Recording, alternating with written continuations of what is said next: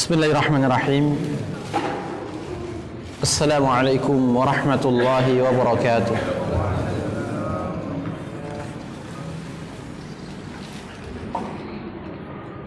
Alhamdulillahi rabbil alamin. Wassalatu wassalamu ala ashrafil anbiya'i wa sayyidil mursalin Nabiyyina wa rasulina Muhammadin wa ala alihi wa sahbihi ajma'in. Wa ashhadu an la ilaha illallah wahdahu la syarika lah wa ashhadu anna Muhammadan abduhu wa rasuluh. Amma ba'd. Alhamdulillah, puji syukur kita panjatkan kepada Allah Subhanahu wa ta'ala yang telah mempertemukan kita kembali di tempat yang mulia ini, di kajian rutin kita, yang mana di sini kita akan membahas perkara yang sangat penting terkait dengan kewajiban mengikuti Nabi yang mulia Muhammad sallallahu alaihi wasallam, yang mana di sini kita menjadikan panduan kita di dalam memahami masalah ini dengan buku yang berjudulkan Iqadhul Himmah Littiba'i Nabiyil Ummah, yang ditulis oleh Syekh Khalid bin Saud Al-Ajami hafizahullah ta'ala. Kemudian kedua kalinya, salawat dan juga salam semoga senantiasa tercurahkan kepada junjungan kita dan panutan kita, baginda Nabi yang mulia Muhammad sallallahu alaihi wasallam, kepada keluarga beliau, para sahabatnya, serta orang-orang yang senantiasa mengikuti tuntunan dan mendakwahkan tuntunan Nabi yang mulia alaihi salatu wassalam sampai akhir zaman. Para jemaah, Bapak Ibu sekalian yang berbahagia rahimani wa rahimakumullah, menyambung pertemuan kita yang lalu, di sini kita akan membahas ayat yang kedua yang dibawakan oleh al-muallif terkait poin pertama, yaitu perintah wajibnya mentaati Rasulullah alaihi salatu wassalam dan juga petunjuk untuk mentaati beliau alaihi salatu wassalam, sebagaimana yang disinggung di awal-awal kitab ini, bahwasannya kewajiban mentaati Nabi yang mulia alaihi salatu wassalam, ketika kita melihat banyak ayat, maka seluruh ayat yang ada ini semuanya terbagi menjadi 3 jenis. Jenis yang pertama adalah ayat-ayat yang memerintahkan kita dengan tegasnya untuk mentaati Nabi yang mulia alaihi salatu wassalam dan petunjuk untuk selalu mentaati beliau. Jenis yang kedua, ayat-ayat yang berbicara tentang janji Allah, pujian Allah kepada orang-orang yang mentaati nabinya yang mulia alaihi salatu wassalam. Jenis yang ketiga adalah celaan dan ancaman Allah Azza wa Jal bagi orang-orang yang menyelisihi, yang memaksiati dan durhaka kepada Nabi yang mulia alaihi salatu wassalam. 3 jenis ini semuanya mengerucut menunjukkan wajibnya kita kaum muslimin untuk mentaati Nabi kita yang mulia sallallahu alaihi wasallam. Kemudian pada poin yang pertama akan disampaikan kepada kita 10 ayat yang semuanya adalah perintah dan petunjuk dari Allah yang mengarahkan, yang menjelaskan kepada kita wajibnya mentaati Nabi yang mulia alaihi salatu wassalam. Ayat yang pertama sudah kita bahas, dan di sini kita akan masuk ayat yang kedua. Adapun jenis yang kedua, ayat-ayat yang berbicara tentang pujian dan sanjungan serta janji Allah bagi orang yang mentaati Rasulullah alaihi salatu wassalam akan dibawakan kepada kita sebanyak 8 ayat nantinya. Sedangkan jenis yang ketiga, yaitu celaan dan ancaman bagi mereka yang menyelisihi Nabi, yang berbuat maksiat dan durhaka kepada Nabi, pun juga dibawakan sebanyak 8 ayat yang akan kita bahas di kemudian harinya. Di sini kita masuk halaman 14. Al-ayatu tsaniyatu. Qala ta'ala: "Fala wa rabbik la yu'minuna hatta yuhakkimuka fima shajara bainahum thumma la yajidu fi anfusihim haraja mimma qadait wa yusallimu taslima." Surat An-Nisa ayat yang ke-65. Dan ayat-ayat ini setidaknya kita menghafalnya karena ini merupakan dalil qat'i thubut wa qat'i dilalah di dalam menunjukkan kepada kita wajibnya mentaati Nabi yang mulia alaihi salatu wassalam. Kata Allah, "Fala wa rabbik." Maka sekali-kali demi Tuhanmu.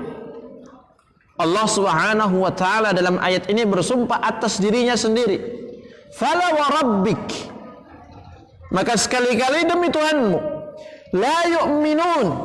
Tidaklah mereka beriman. Tidaklah mereka dikatakan beriman yang sebenarnya sampai kapan? Hatta yuhakkimuka fima syajara bainahum. Sampai mereka menjadikanmu wahai Muhammad hakim pada perkara yang mereka perselisihkan.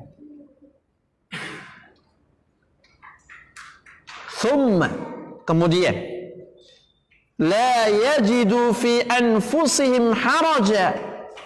Mereka tidak mendapati dalam diri-diri mereka satupun kesempitan dada, satupun kepenatan atau rasa yang tidak suka dengan keputusan Nabi, mimma qadaita, dari perkara yang kamu putuskan, wa yusallimu taslima, dan mereka berserah diri dengan sebenar-benarnya.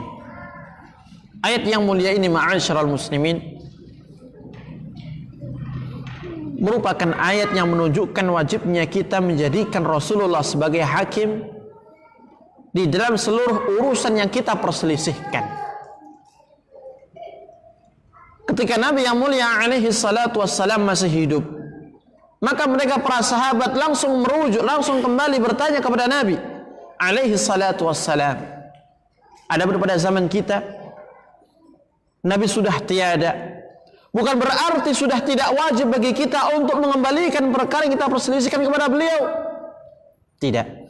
Masih wajib, dan sampai akhir zaman pun hukumnya tetap wajib mengembalikan perkara yang kita perselisihkan kepada sunnahnya, kepada hadis-hadisnya sallallahu alaihi wasallam. Apabila kita meninggalkan sunnah Nabi, jika kita meninggalkan hadis-hadis Nabi, pasti kita akan tersesat.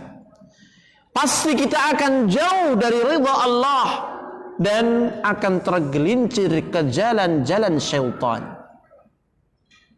Ingat kata Nabi, taraktu fikum amrayn lan tadillu ba'di ma in tamassaktum bihima, kitab Allah wa sunnati. Telah aku tinggalkan kepada kalian 2 perkara, 2 pusaka, kata Nabi, yang mana jika kalian berpegang teguh dengan 2 perkara ini, sekali-kali tidak akan pernah kalian tersesat. Apa kata Nabi? Kitab Allah, Al-Quranul Karim. Dan yang kedua adalah wa sunnati, dan juga sunnahku. Mengapa Nabi yang mulia alaihi salatu wassalam tidak mencukupkan dengan kitab Allah, dengan Al-Quran?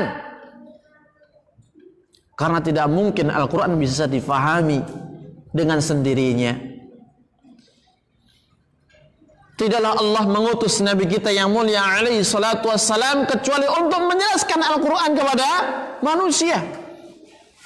Bagaimana kita bisa menjalankan ibadah salat ketika Allah mengatakan wa aqimus salah? Bagaimana kita bisa menunaikan zakat dengan berbagai macam kadarnya kalau tidak dijelaskan oleh Nabi yang mulia alaihi salatu wassalam?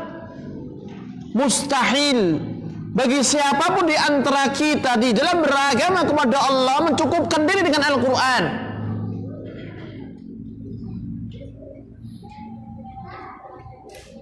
Makanya Nabi mengatakan wa sunnati, dan juga sunnahku, yang merupakan penjelas dari ayat-ayat Al-Quran, yang merupakan penafsir dari ayat-ayat Al-Quranul Karim. Apabila kita meninggalkan sunnah Nabi, meninggalkan hadis Nabi, pasti kita akan tersesat dari jalan Allah. Walaupun kita mengatasnamakan saya pegang teguh dengan Al-Quran, maka sekali-kali tidak akan sampai kepada jalan Allah yang lurus. Kemudian hadis di atas menunjukkan kepada kita bahwasannya Al-Quran dan sunnah Nabi tidak bisa dipisahkan antara keduanya, karena keduanya adalah satu kesatuan. Apabila seorang memisahkan salah satu di antara keduanya, pasti tersesat. Mencukupkan dengan kitabullah Al-Quran saja tanpa hadis Nabi akan tersesat. Mencukupkan dengan hadis-hadis Nabi tanpa Al-Quran pun juga demikian.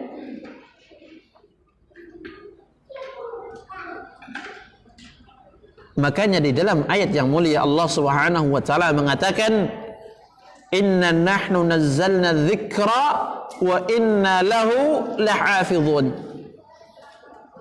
Sesungguhnya kamilah yang telah menurunkan az-dzikra. Kata para ulama, az-dzikra yang dimaksudkan di sini adalah kitabullah Al-Quranul Karim wa sunnati nabiyyih alaihi salatu wassalam, dan juga sunnah nabinya. Mengapa dikatakan sunnah Nabi itulah az-zikra? Karena itu adalah wahyu. Wahyu dari Allah Azza wa Jal. Apa dalilnya? Wa ma yantiqu anil hawa in huwa illa wahyuha. Tidaklah Nabi itu berbicara berdasarkan hawa nafsunya, akan tetapi apa yang beliau sampaikan itu murni wahyu yang Allah wahyukan kepada dirinya. Wa ma ataakumur rasul fakhudhuh. Apapun yang didatangkan kepada kalian oleh Rasulullah, ambillah. Yang diantaranya apa? Sunnah beliau, hadis-hadis Nabi yang mulia alaihi salatu wassalam.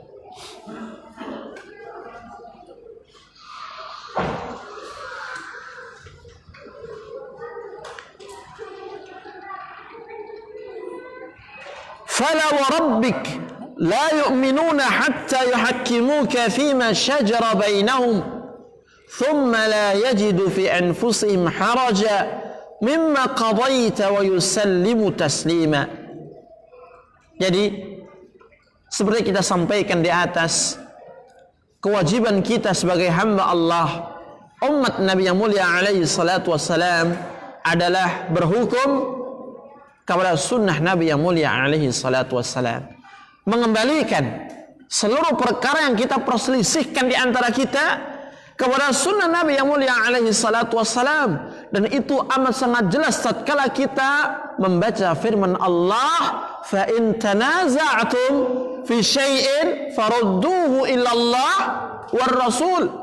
Jika kalian berselisih pada suatu perkara dunia atau keagama, maka kembalikan kepada Allah. Kata para ulama, Al-Quran maksudnya, wa ila rasul, dan kepada Rasulullah, kepada hadis dan sunnahnya sallallahu alaihi wasallam ba'da wafatih, setelah peninggal beliau sallallahu alaihi wasallam.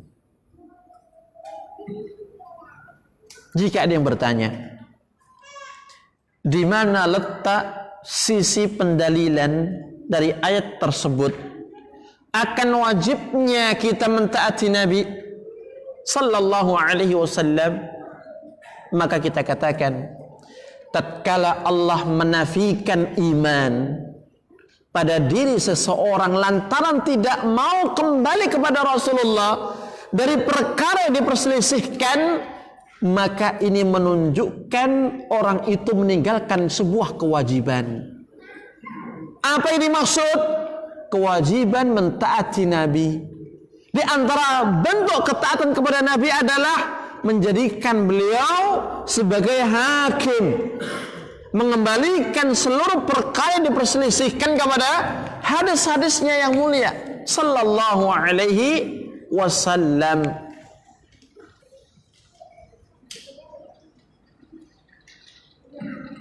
Tidak akan dikatakan orang itu taat kepada Nabi jika dia meninggalkan sunnah Nabi,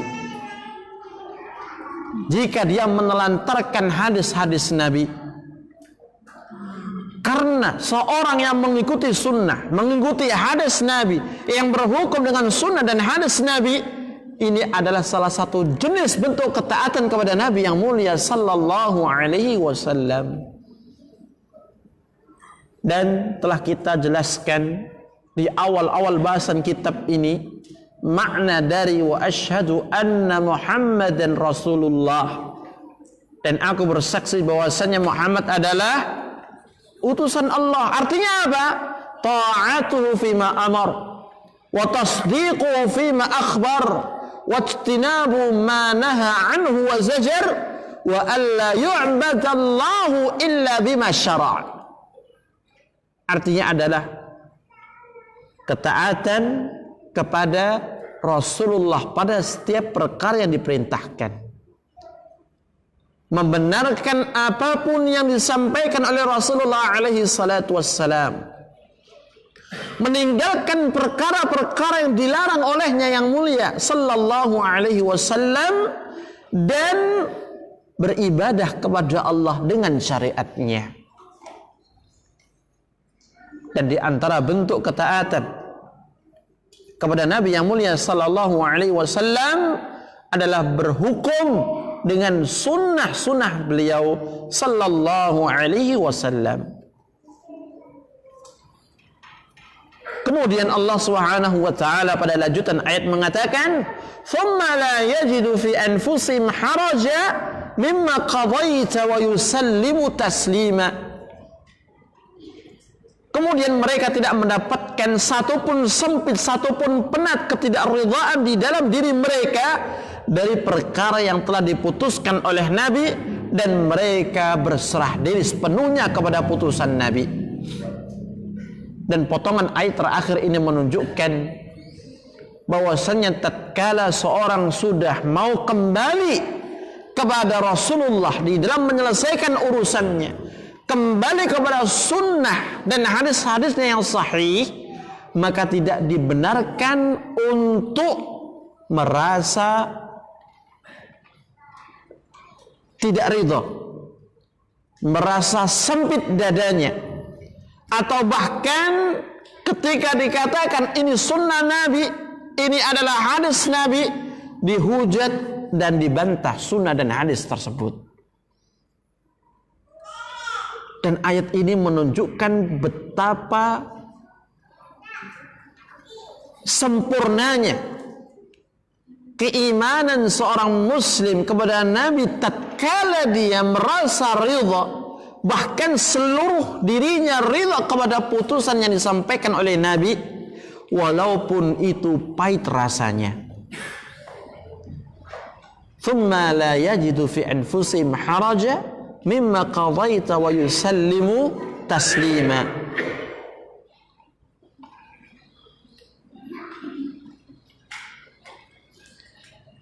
Kemudian dikatakan, falamma nafal imana hatta tujada hadhihi al-ghayatu dalla ala anna hadhihi al-ghayata fardun ala an-nas. Tatkala Allah Subhanahu wa taala dalam ayat di atas meniadakan iman sampai didapatkan adanya tujuan, yaitu menjadikan Rasulullah sebagai hakim, menjadikan sunnahnya sebagai pemutus perkara yang diperselisihkan, dalla ala anna hadhil ghayata fardun 'alan nas, maka ini menunjukkan bahwasannya puncak dan tujuan maksud ayat di atas merupakan sebuah kewajiban bagi manusia. Artinya, ketika Allah mengatakan la yu'minun, yang meniadakan iman kepada diri siapapun, ya, peniadaan ini memiliki batas. Sampai kapan Allah meniadakan? Sampai orang itu mau menjadikan Nabi sebagai hakim yang memutuskan segala macam perselisihan mereka. Sehingga tatkala mereka sudah mengambil Rasulullah sebagai hakim dalam pemutusan perkara yang mereka perselisihkan, maka akan kembali mereka dikatakan yu'minun, beriman. Namun tatkala mereka tidak mau menjadikan Nabi sebagai hakim, tidak mau mengembalikan perselisihan mereka kepada sunnahnya, maka ini menunjukkan akan sebuah kewajiban yang ditinggalkan oleh orang tersebut. Dengan kata lain, mengapa Allah tidak mengatakan mereka beriman? Karena mereka tidak melakukan ketaatan kepada Nabi dalam bentuk menjadikan Nabi sebagai hakim atau menjadikan sunnahnya sebagai pemutus perkara yang mereka perselisihkan. Faman tarakaha kana min ahlil wa'id. Barang siapa yang meninggalkan kewajiban ini, ya, al-ghayah al-maqsudah, yaitu apa? Mentaati Nabi dengan menjadikannya sebagai hakim atau mengambil sunnah dan hadisnya sebagai pemutus perkara yang diperselisihkan, jika ia meninggalkannya, kana min ahlil wa'id, maka orang itu termasuk orang-orang yang mendapat ancaman. Ancaman apa? Ancaman neraka. Karena telah berbuat durhaka kepada Nabi yang mulia alaihi salatu wassalam, lantaran tidak menjadikannya sebagai hakim, lantaran tidak mengambil sunnahnya sebagai pemutus perkara yang mereka perselisihkan. Lam yakun qad ata bil imanil wajibi alladhi wu'ida ahluhu bidukhulil jannati bila adab. Yang mana dia tidak mendatangi sebuah keimanan yang wajib hukumnya untuk didatangi, yang dengannya, dengan iman yang wajib ini, seorang itu dijanjikan akan masukkan surga oleh Allah tanpa diazab. Maksudnya adalah orang yang meninggalkan Nabi, tidak mau mengembalikan perselisihan mereka kepada Nabi, tidak mau memulangkan perkara mereka kepada sunnah dan hadis-hadisnya, maka orang ini belum mendatangi keimanan yang sebenarnya kepada Nabi. Kalau seandainya dia betul-betul beriman kepada Nabi, keimanan yang wajib, pasti dia akan menjadikan Nabi sebagai hakim. Pasti dia akan menjadikan sunnah dan hadisnya sebagai pemutus perkara yang diperselisihkan di antara mereka. Dan itulah orang-orang yang nantinya akan diberikan pahala surga oleh Allah tanpa azab.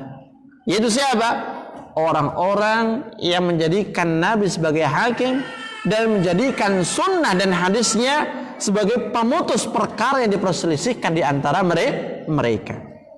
Fa inna Allah innama wa'ada bidzalik man fa'ala ma amara bih.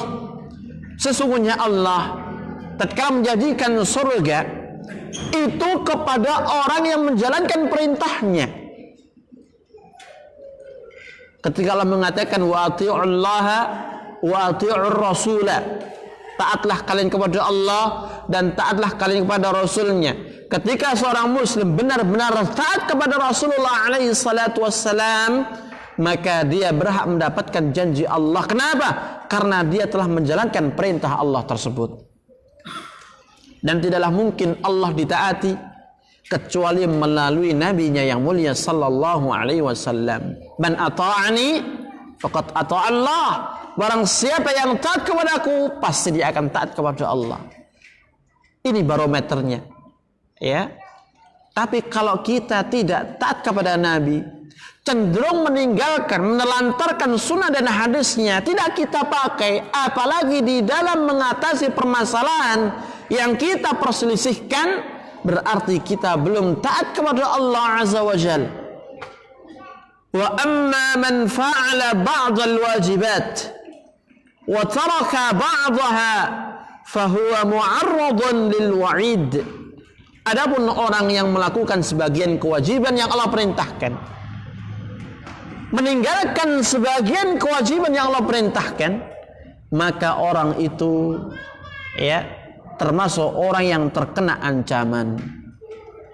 Artinya, jika ada orang muslim yang satu sisi dia menjalankan perintah Allah, salat iya, puasa iya, haji pun juga iya, zakat iya, namun di dalam menjalani kehidupan dia meninggalkan dan menanggalkan sunnah Nabi, tidak mau menjadikan hadis-hadis Nabi sebagai pemutus setiap perkara, sebagai tuntunan bagi dia, maka dikatakan dia telah meninggalkan sebagian kewajiban.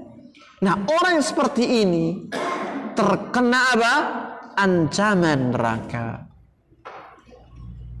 Limadha? Li'annahu taraka ba'dal wajibat. Karena orang itu meninggalkan sebagian kewajiban.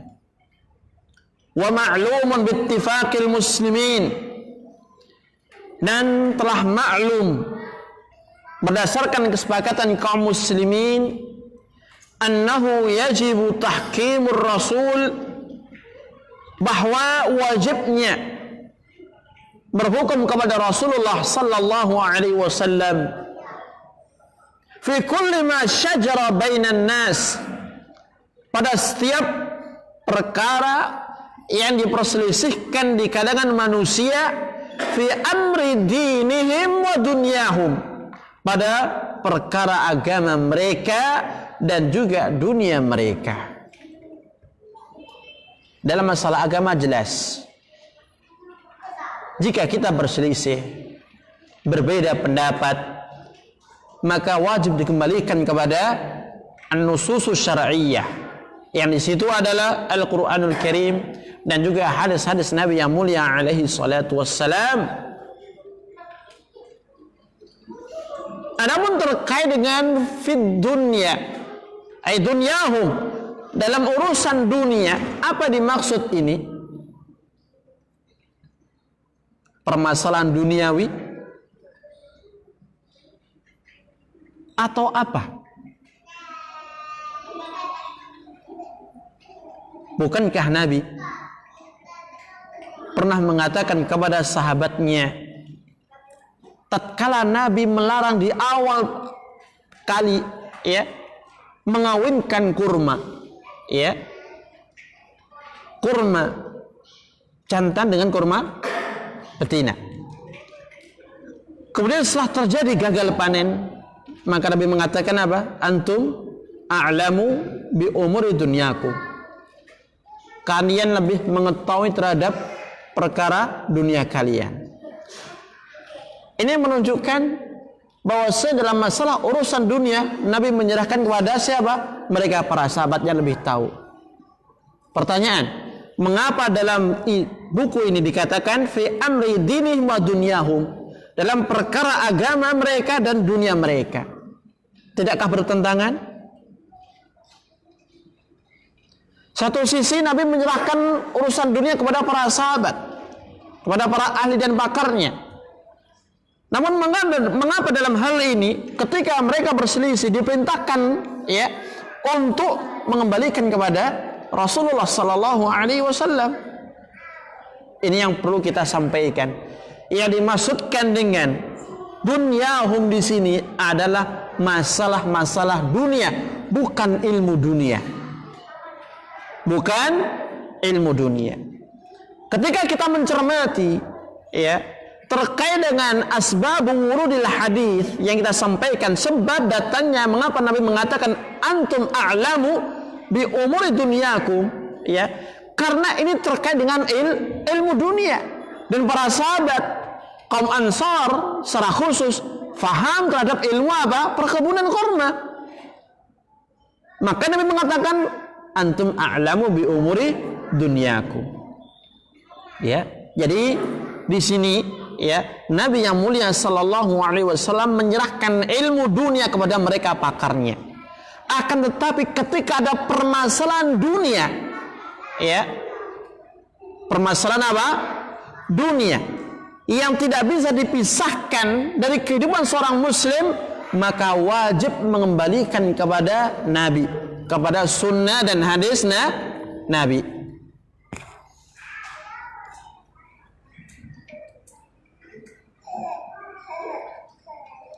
Islam tidak melarang adanya kemajuan teknologi. Islam tidak melarang munculnya aplikasi Gojek, begitu ya, atau mungkin yang lain. Setelah itu akan muncul masalah. Apa hukumnya seorang wanita naik Gojek pakai motor? Ini termasuk perkara apa? Duniawi. Nah, perkara ini harus dikembalikan kepada Nabi yang mulia sallallahu alaihi wasallam.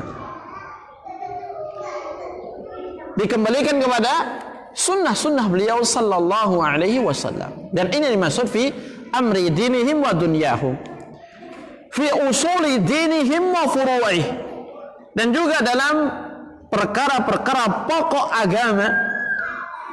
Ya, kata para ulama, ad-dinu yanqasimu qismain, al-usul wal furu'. Agama Islam secara umum terbagi dua bagian. Yang pertama, bagian-bagian usul, ya, di antaranya adalah masalah akidah. Dan yang kedua adalah al-furu', bagian-bagian apa? Cabang. Yang itu kebanyakan permasalahan-permasalahan fikih.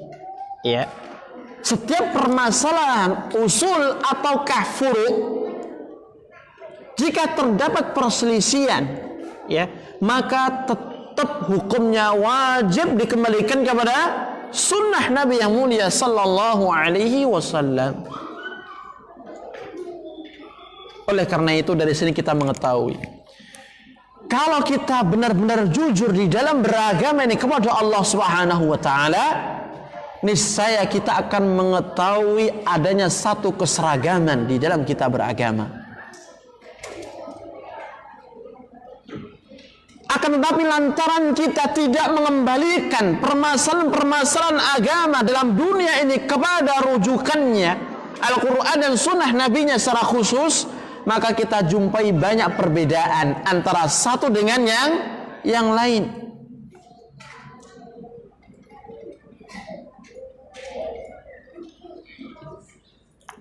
Wa alaihim, dan kewajiban atas mereka kullihim, semuanya, idza hakama bi syai'in alla yajidu fi anfusihim haraja mimma hakam wa yusallimu taslima.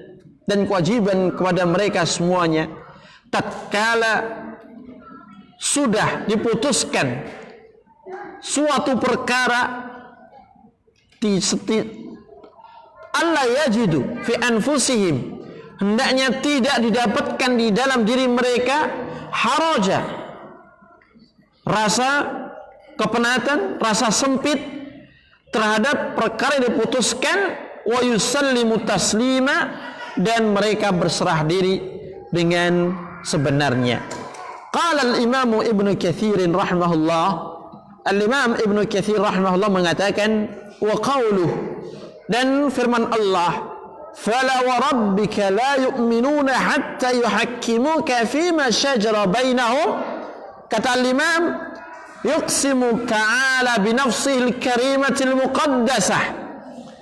Allah Subhanahu wa ta'ala bersumpah dengan dirinya yang mulia yang maha suci, innahu la yu'minu ahadun, bahwasanya tidaklah seorang itu beriman hatta yuhakkimur rasula sallallahu alaihi wasallam fi jami'il umur, sampai mereka menjadikan Rasul sallallahu alaihi wasallam sebagai hakim dalam seluruh perkara mereka. Fama hakama bih fahuwa al-haqqu alladhi yajibu al-inqiyadu lah batinan wa zahiran. Apapun yang diputuskan oleh Nabi, maka itu adalah kebenaran yang wajib bagi kita kaum muslimin untuk tunduk kepadanya, batin maupun lahiriah, batiniyah maupun lahiriah. Luar dalam kita harus ridha, kita harus menerima dan harus berserah diri, karena ini merupakan bentuk ketundukan dan kepatuhan kita kepada Nabi yang mulia alaihi salatu wassalam. Walihada qala, oleh karena itu Allah mengatakan, thumma la yajidu fi anfusihim haraja mimma qadaita wa yusallimu taslima. Kemudian mereka tidak mendapati satupun rasa sesak, penat, sempit dalam diri-diri mereka dari perkara yang kamu putuskan, dan mereka berserah diri dengan sebenarnya. Ai, kata al-Imam, idza hakkamuka yuti'unaka fi bawatinihim, apabila mereka menjadikanmu hakim, mereka mentaatimu dalam batin-batin mereka, ya, jiwa mereka, diri mereka betul-betul murni mentaatimu. Fala yajiduna fi anfusihim haraja, sampai mereka tidak mendapatkan dalam diri mereka satupun kesempitan, mimma hakamta bih, dari perkara yang kamu perselisihkan. Wa yanqaduna lahu fi dhahir wal batin, dan mereka tunduk patuh kepadanya, baik lahiriah ataukah batiniyah. Fayusallimuna lidzalika tasliman kulliyan, lantas mereka berserah diri kepadanya dengan sebenarnya dan dengan berserah diri semuanya, min ghairi mumana'atin, tanpa menghalangi, wala mudafa'atin, dan juga tanpa membela-bela, wala munaza'atin, dan juga tanpa menggugat balik. Ini dari ucapan al-Imam Ibnu Katsir ketika menafsirkan ayat di atas, bahwasannya ayat yang mulia itu menunjukkan kewajiban bagi setiap muslim untuk berhukum dan menjadikan Nabi sebagai hakim di tengah-tengah mereka pada setiap urusan mereka, agama ataukah dunia mereka.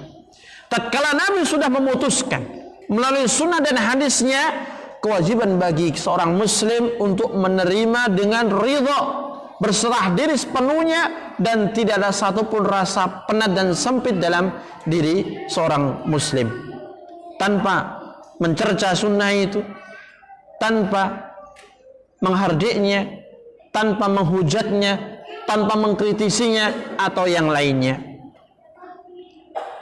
Wa akhrajal Imam At-Tabari bisanadihi 'an ad-Dhahhak fi qawlih, dan al-Imam Ibnu Jarir At-Tabari telah mengeluarkan dengan sanadnya dari Dhahhak fi qawlihi, pada firman Allah Ta'ala, thumma la yajidu fi anfusihim haraja mimma qadait, yaitu pada lafaz kemudian mereka tidak mendapatkan pada diri mereka satupun kesempitan dari perkara yang kamu putuskan. Qala Dhahhak, Dhahhak mengatakan ithman, yaitu dosa. Harajan yang dimaksudkan di sini adalah itham, yaitu dosa. Wa yusallimu taslima, dan mereka berserah diri dengan sebenar-benarnya. Yaqul, yaitu Dhahhak mengatakan, wa yusallimu liqada'ika wa hukmika id'anan minhum bitta'ah, yaitu mereka berserah diri kepada putusanmu, kepada hukummu dengan penuh ketundukan, dengan ketaatan kepadamu. Wa iqraran laka bin nubuwati tasliman, dan juga mereka mengikrarkan kepadamu akan ketetapan kenabian dengan sebenar-benarnya berserah diri. Kemudian dikatakan oleh Syekh Khalid hafizallahu ta'ala wa min at-taslimi lah sallallahu alaihi wasallam ar-ridha bi hukmih, dan di antara bentuk berserah diri kepada Nabi yang mulia sallallahu alaihi wasallam adalah ridha dengan hukumnya, ridha dengan putusan Nabi yang mulia sallallahu alaihi wasallam. Yang kedua, wal amalu bi sunnatih, dan mengamalkan sunnahnya, wa qabuluha wal inqiyadu laha wa mahabbatuha, menerima sunnah itu, tunduk dan patuh kepada sunnah Nabi, dan mencintai sunnah Nabi yang mulia alaihi salatu wassalam.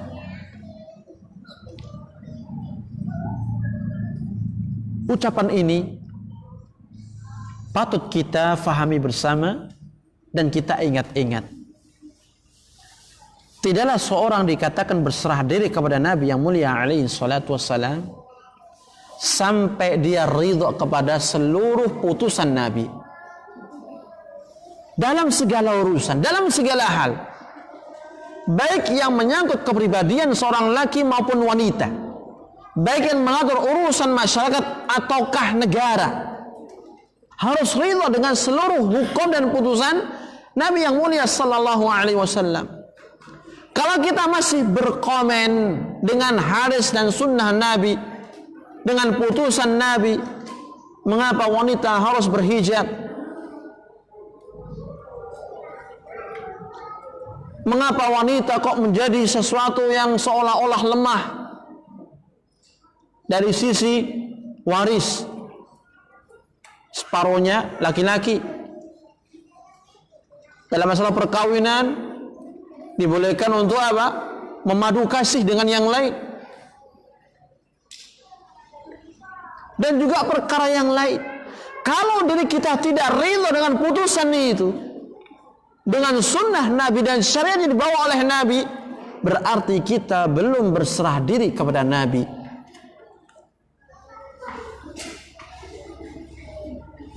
Iya, azan dulu ya. Monggo.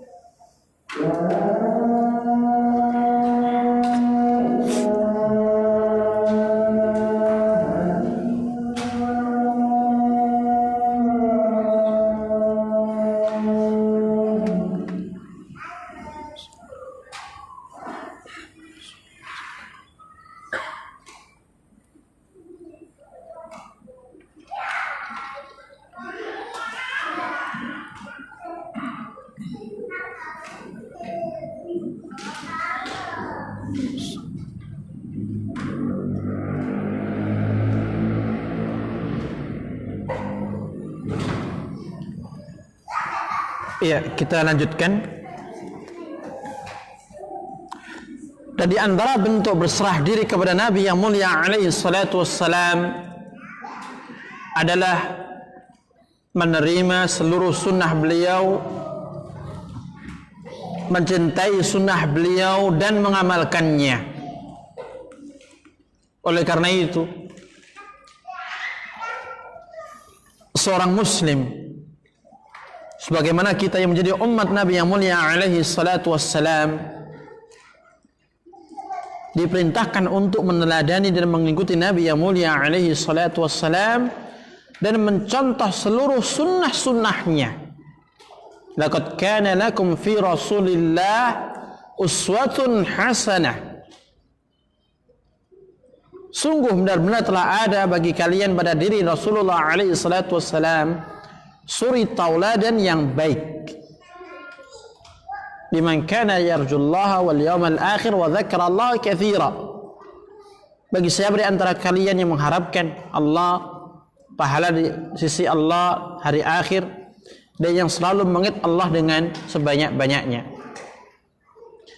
Ayat ini kata Imam Ibnu Katsir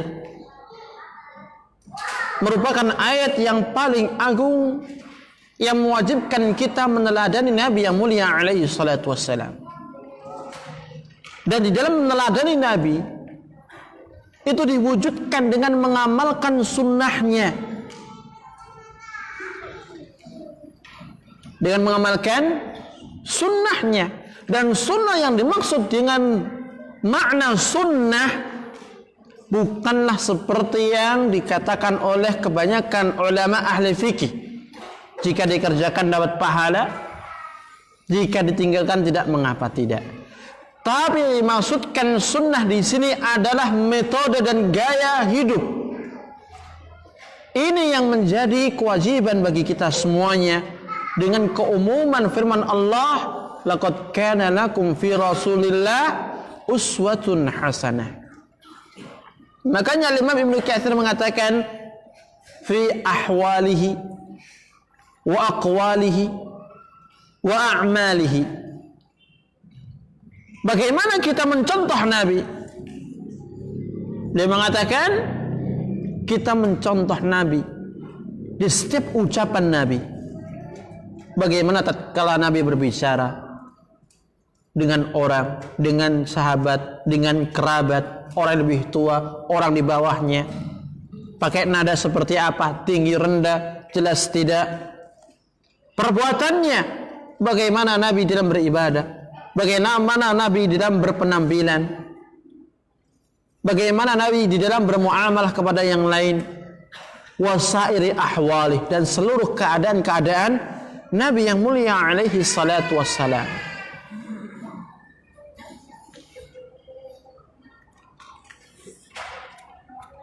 Kemudian dibawakan di sini ucapan Syekhul Imam Al-Mujaddid Muhammad ibnu Abdul Wahhab. Dikatakan walidha qala Syekhul Islami Muhammad ibnu Abdul Wahhab rahimahullah. Oleh karena itu Syekhul Islam Muhammad bin Abdul Wahhab rahimahullah mengatakan, i'lam anna nawaqidul islami 10. Ketahuilah bahwasannya pembatal-pembatal Islam, pembatal-pembatal iman yang bisa menjadikan orang keluar dari keimanan, keluar dari agama Islam ada 10. Dan beliau menyebutkan ini di dalam risalah yang sangat kecil yang berjudulkan Nawaqidul Islam, pembatal-pembatal keislaman. Wa dzakara minha, dan al-Imam menyebutkan di antara pembatal-pembatal Islam itu al-khamis, yang kelima adalah man abghadha syai'an mimma jaa'a bihi Rasul sallallahu alaihi wasallam walau amila bih kafar. Pembatal Islam yang kelima adalah siapapun yang membenci sesuatu apapun yang dibawa oleh Nabi dari ajaran Islam ini, maka dia telah kufur walaupun dia mengamalkan. Kita ulang. Kata beliau, pembatal Islam yang kelima, siapapun yang membenci sesuatu apapun yang dibawa oleh Nabi dari ajaran Islam, dia telah kufur walaupun dia mengamalkan hal tersebut. Mengapa bisa dikatakan demikian? Contoh yang kecil, kita lihat bagaimana orang munafik ketika di akhirat. Apakah Allah menggolongkan mereka kepada orang yang beriman atau orang yang kufur? Orang yang kufur. Dengan jelas ayat Allah mengatakan innal munafiqina fid darakil asfali minan nar. Sesungguhnya orang-orang munafik itu berada di keraknya api neraka. Itu menunjukkan bahwasanya mereka orang munafik adalah orang yang kufur kepada Allah di akhirat. Seperti itu hukumnya. Ketika kita melihat waktu mereka hidup di dunia, apakah mereka menampakkan keislaman atau kekufurannya? Keislamannya. Salat iya, puasa iya, bahkan berangkat jihad pun juga iya. Namun mengapa Allah menggolongkan mereka kepada orang-orang yang kufur dan dimasukkan ke dalam neraka? Jawabnya karena tidak ada iman dalam diri mereka. Mereka amat sangat benci dengan ajaran dibawa oleh Nabi. Walaupun mereka mengamalkan, walaupun mereka sholat, akan tapi hakikatnya benci sama sholat.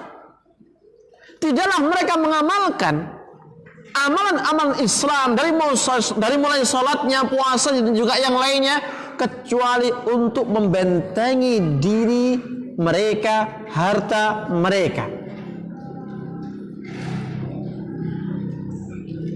Makanya dalam awal surat Al-Baqarah, wa idza khalau ila syayatinihim qalu inna ma'akum innama nahnu mustahzi'un. Apabila mereka orang-orang munafik kembali ke kelompok mereka, syaitan-syaitan mereka mengatakan, kami ini hakikatnya bersama kalian, ya, kami tidak bersama Muhammad dan juga sahabatnya, kami tetap bersama kalian. Innama nahnu mustahzi'un, sesungguhnya kami hanya mengolok-olok mereka dengan menampakkan apa? Keislaman ini. Apa yang terjadi? Allahu yastahzi'u bihim wa yamudduhum fi tughyanihim ya'mahun. Justru Allah lah yang mengolok-olok mereka. Dan semakin Allah tenggelamkan dalam kesesatan mereka sampai mereka kebingungan tidak bisa keluar darinya.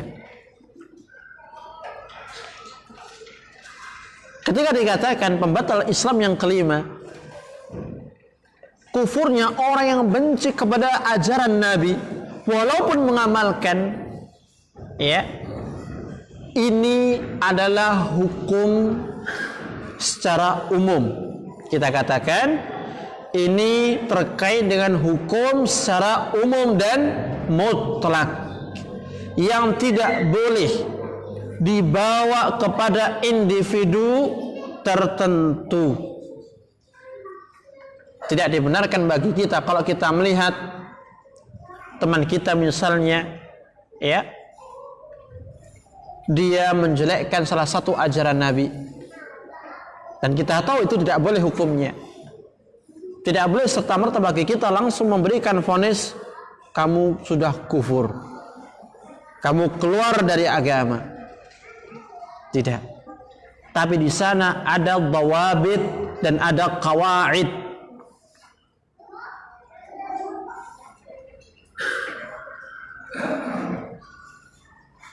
Al-hukmu naw'an. Hukum itu ada dua. Al-hukmu 'alal umumi wal itlaq. Hukum yang diberlakukan untuk umum secara mutlak. Yang kedua, al-hukmu 'alal muayyan, dan hukum kepada individu tertentu. Ini dari sisi apa? Keberlakuan hukum apa ditegakkan. Dari sisi yang lain, al-hukmu naw'an. Hukum itu juga ada dua. Al-hukmu ala fi'il. Yang pertama, hukum terhadap perbuatan. Dan yang kedua, al-hukmu ala al-fa'il, dan hukum terhadap pelaku. Baik, saya contohkan. Pembatal yang kelima ini kita katakan ini hukum secara umum. Ya, siapapun yang membenci sunnah Nabi, walaupun dia mengamalkan sekalipun, dia telah kufur.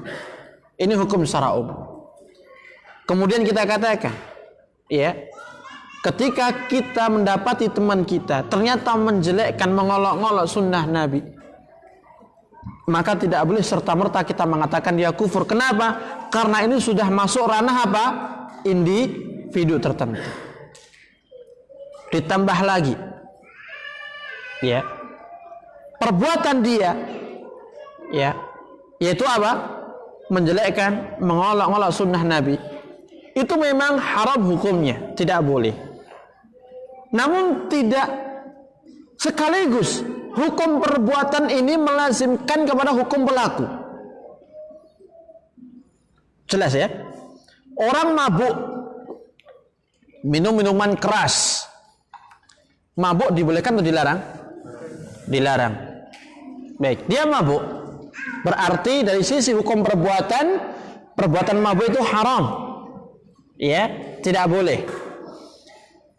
Nah, dari sisi orangnya, apakah kita katakan dia kufur? Apakah kita katakan dia kufur dengan kemaksiatannya itu? Tidak. Hukum pelaku berbeda dengan hukum perbuatan. Contoh yang lain kita lihat, ada orang yang sujud di hadapan, ya, berhala atau pohon keramat.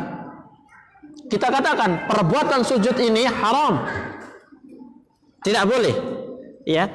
Apakah serta-merta orang yang sujud itu kita katakan kufur, musyrik dan lain sebagainya? Tunggu dulu, karena ini sudah masuk dalam ranah hukum pelaku. Dan hukum pelaku ini harus kita ambil ucapan ulama Ahlussunnah, yang diantaranya disampaikan oleh Al-Imam At-Tahawi di dalam Aqidah Tahawiyah. Beliau mengatakan, wa nahnu ahlus sunnati la nukaffiru ahadan min ahli al-qiblati bidzambin ma lam yastahillah. Kami ahlus sunnah wal jamaah tidaklah bermudah-mudah mengkufurkan ahli kiblat. Siapa itu? Umat Islam, ya, hanya dengan sebab dosa yang ia lakukan.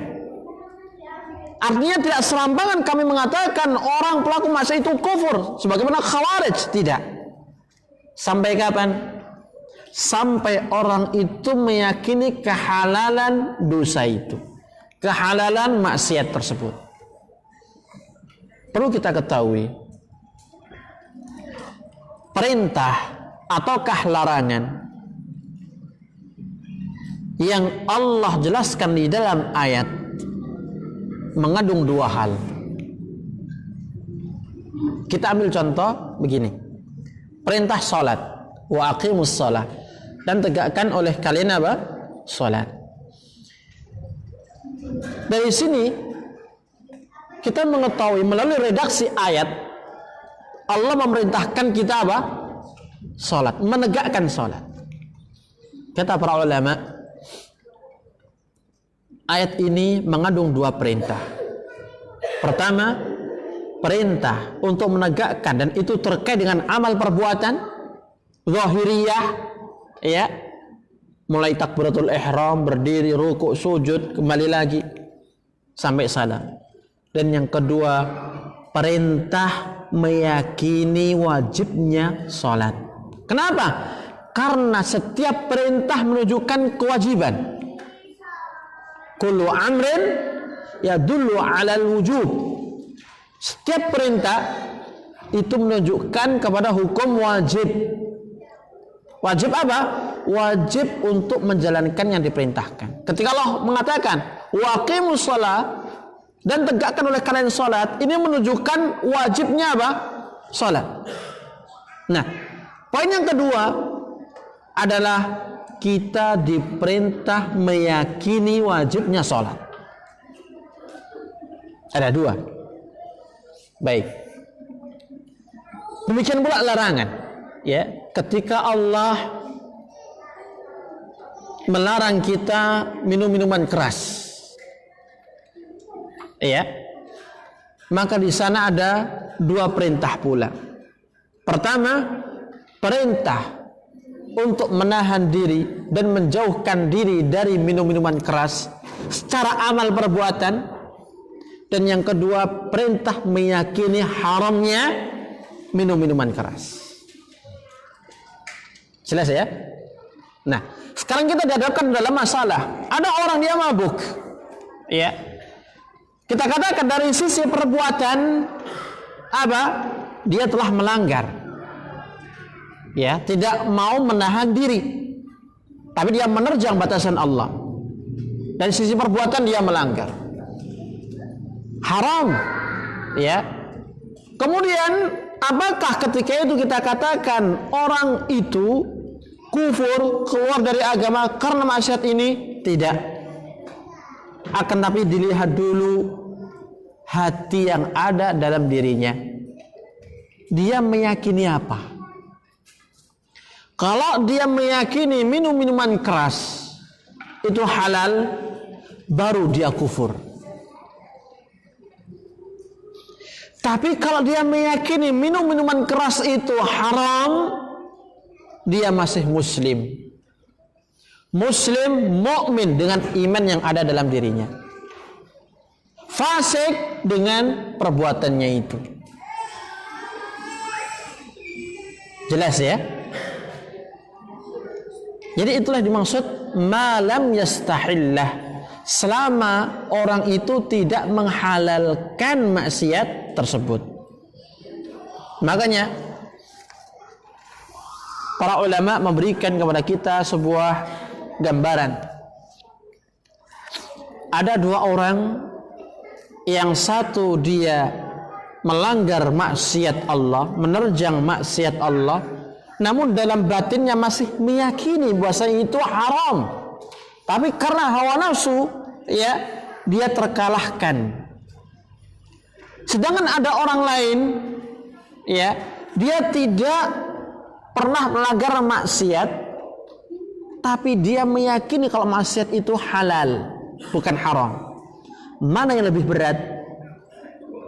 Yang kedua. Mengapa? Karena ini menyangkut masalah iman, ya. Dan kita tahu iman itu adalah keyakinan dalam hati. Nah, tatkala keyakinan ini berbeda dengan apa yang Allah perintahkan, maka ini berimbas kepada apa? Keluarnya dari keimanan.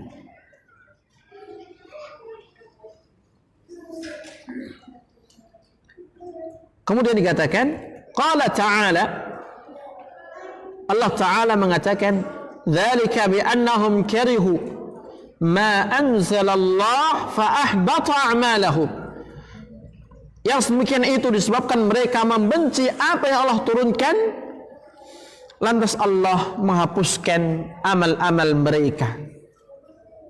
Ayat ini menjadi dalil bahwa siapapun yang membenci ajaran Nabi, ya, maka Allah akan hapuskan amal-amal mereka, gugurkan amal-amal mereka. Dan kata para ulama, ayat ini yang menunjukkan akan kekufuran orang yang membenci ajaran Nabi yang mulia sallallahu alaihi wasallam. Wa qala, dan Allah juga berfirman, "Dzalika bi annahum ittaba'u ma askhata Allah wa karihu ridwanah fa ahbata a'malahum." Yang demikian itu disebabkan mereka mengikuti perkara-perkara yang Allah murkai dan membenci keridhaannya, sehingga Allah pun menggugurkan dan membatalkan amal-amal mereka. Jika ada yang bertanya, apa korelasi, apa hubungan ucapan Al-Imam Muhammad bin Abdul Wahhab dengan bahasan yang kita bahas ini? Mengapa kok dinukilkan ya ucapan beliau? Al-jawab, jawabannya adalah wa bi dhiddihi tatabayyanul asya'. Dengan didatangkan lawannya, seorang atau sesuatu itu akan semakin jelas duduk masalahnya. Artinya begini, tidak akan dikatakan orang itu berserah diri kepada Nabi yang mulia sallallahu alaihi wasallam sampai hilang, tidak ada sama sekali satupun kebencian terhadap ajaran Nabi. Itu intinya. Kalau kita masih sedikit benci kepada salah satu ajaran Nabi, maka belum dikatakan berserah diri dengan sebenarnya. Bahkan dengan kebencian ini, ya, justru akan mengantarkan kita kepada kemurkaan Allah, apalagi sampai kepada titik kekufuran. Nah, ini bahaya. Ya, apalagi pada zaman kita sekarang yang amat sangat ya ngetren dengan masalah poligami, ya. Yang mana kebanyakan mereka wanita muslimah, ya, seolah-olah menolak, dan semoga tidak. Maka kita katakan ini adalah syariat Allah dan ajaran Nabi. Bagaimanapun kita harus tetap menerima. Jika kita tidak menerima dan ridha, bahkan cenderung benci, ini akan bahaya bagi kita. Akan melukai iman, akan melukai ya berserah diri kita kepada Nabi yang mulia sallallahu alaihi wasallam. Baik, saya kira cukup sampai di sini, ya. Mungkin ada pertanyaan, kami buka. Ya.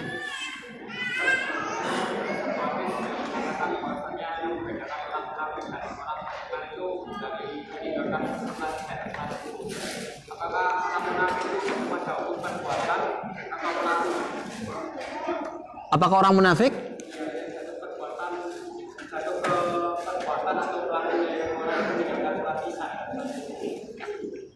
Iya. Perlu kita ketahui, kemunafikan itu ada dua. An-nifaqul i'tiqadi wan nifaqul amali. Kemunafikan i'tiqad, ya. Kemunafikan apa? Keyakinan. Itu yang pertama.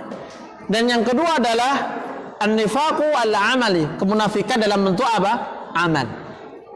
Ya. Dan itu ditegaskan oleh sabda Nabi yang mulia alaihi salatu wassalam, ayatul munafiqi thalatha. Tanda-tanda orang munafik itu ada 3. Di antaranya idza haddatsa kadzaba.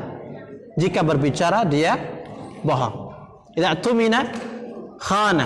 Jika dia dipercaya mengkhianati. Idza fajara khasan.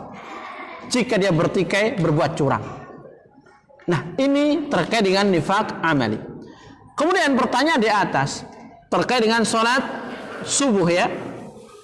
Maka dikatakan ini termasuk an-nifaqul amali. Artinya apa? Jika ada di antara kita yang memang dengan sengaja tanpa uzur syar'i ya, meninggalkan salat tersebut, maka dia telah selangkah melakukan kemunafikan amal, munafik amali. Dan munafik amali ini lama kelamaan akan mengantarkan seorang menjadi nifaq i'tiqadi, seperti orang-orang munafik pada zaman Nabi yang mulia alaihi salatu wassalam. Apa perbedaan munafik amal dengan munafik i'tiqadi? Perbedaannya adalah al-munafik i'tiqadi itu sama dengan orang yang kufur kepada Allah. Adapun munafik amali ya, dia masih mukmin, akan tapi dia dosa besar dengan kemunafikannya itu. Dan jika kemunafikan ini tidak segera diobati, akan mengantarkan kepada munafik yang i'tiqadi tadi, berbahaya. Oleh karena itu, jika kita merasa demikian, maka segera kita bertobat dan memohon ampun kepada Allah Subhanahu wa ta'ala. Begitu ya? Ada lagi? Kan untuk masalah munafik kan ada dalam hati. Nah itu kan sedangkan Anda juga pernah dengar itu bahwa Rasul tidak diutus untuk mengurai hati manusia. Nah itu kan berarti bagaimana kita tahu bahwa hati orang itu munafik, yang kembali yang hati itu juga kan menghukumi orang kan yang tidak dihukumi kufur sampai dia di dalam hatinya meyakini bahwa itu halal. Itu kan gimana? Iya. Baik, kita katakan kita semuanya di dalam menghukumi, kita dititik beratkan pada perkara yang nampak, tidak pada perkara yang batin. Dibuktikan dengan orang-orang munafik, khususnya tokoh munafik pada zaman Nabi ya, yang ketika itu sudah banyak dari kalangan para sahabat, bahkan anaknya sendiri mau membunuh si bapak ini karena sudah sangat jelas kemunafikannya. Apa kata Nabi? Apakah dibolehkan ataukah tidak? Nabi tidak membolehkan. Mengapa? Karena apa yang nampak dalam pandangan manusia dari sisi hukum, dia adalah muslim. Walaupun dari sisi batin dia betul-betul munafik, kufur kepada Allah. Makanya para ulama mengatakan sebuah kaidah, al-hukmu bil-zawahir la bil-bawatin. Hukum ya, itu ditegakkan atas dasar perkara yang nampak. Hukum di dunia maksudnya ya, perkara yang nampak ya. Misalkan ada di antara manusia dan masyarakat menampakkan Islam ya, sholat ya, puasa dan yang lainnya, akan tetapi ya di sisi yang lain dia ternyata pengkhianat kaum muslimin, membela kepada orang-orang kufar. Nah, bagaimana sikap kita? Kata para ulama, jika memang demikian, maka kita menghukumi dia tetap sebagai seorang muslim karena apa yang nampak. Ya, selama dia tidak mendatangi salah satu pembatal Islam secara terang-terangan. Adapun urusan batin dia, maka itu diserahkan dan dikembalikan kepada Allah Subhanahu wa ta'ala. Makanya dalam surat Al-Adiyat Allah mengatakan apa? Wa husila ma fis sudur, dan akan ditampakkan seluruh apa yang ada dalam dada-dada manusia, yang diantaranya apa? Isi hati orang-orang tersebut, diantaranya orang-orang munafik. Sehingga dari sini kita mengetahui ya bahwa di dalam kita menghukumi orang, kita hanya dibatasi dari sisi zawahir, tidak sampai pada masuk sisi apa? Urusan batin hati seseorang. Nah, mengapa orang ini dikatakan ya munafik i'tiqadi, munafik amali? Kita katakan ini merupakan sebuah kaidah secara umum. Jika orang itu mendatangi salah satu penyebab yang menjadikan dia orang munafik i'tiqadi atau orang munafik amali. Orang munafik i'tiqadi ini amat sangat sulit untuk apa? Kita ketahui. Karena urusannya dengan hati dan Allah yang paling tahu. Adapun munafik amali, maka ini bisa kita ketahui dari sisi amalan dia. Dan jelas kata Nabi, kalau dia ngomong bohong, sering bohong, sepatah dua patah pasti ada bohongnya. Dikasih amanah, khianat. Itu salah satu karakter perangai orang-orang apa? Munafik. Nah, jika ini nampak pada diri seseorang atau pada diri kita, maka kita harus waspada dan hati-hati. Ya, secara tidak kita sadari ternyata kita selangkah mengikuti perangainya orang munafik. Dan ini harus kita sembuhkan supaya tidak terjatuh dalam munafik yang lebih berat. Gitu ya. Ya. Terakhir ada?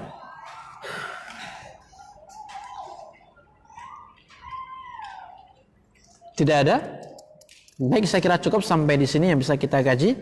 Semoga yang kita sampaikan ini menjadi ilmu yang bermanfaat bagi kita semuanya, dan semoga Allah Subhanahu wa taala menjadikan kita hamba-hamba yang istiqamah di dalam menjalankan ketaatan kepadanya dan mengikuti sunnah nabinya yang mulia alaihi salatu wassalam. Wa akhiru da'wana anil hamdulillahi rabbil alamin. Subhanakallahumma wa bihamdika asyhadu an la ilaha illa anta astaghfiruka wa atubu ilaik. Wassalamu alaikum warahmatullahi wabarakatuh.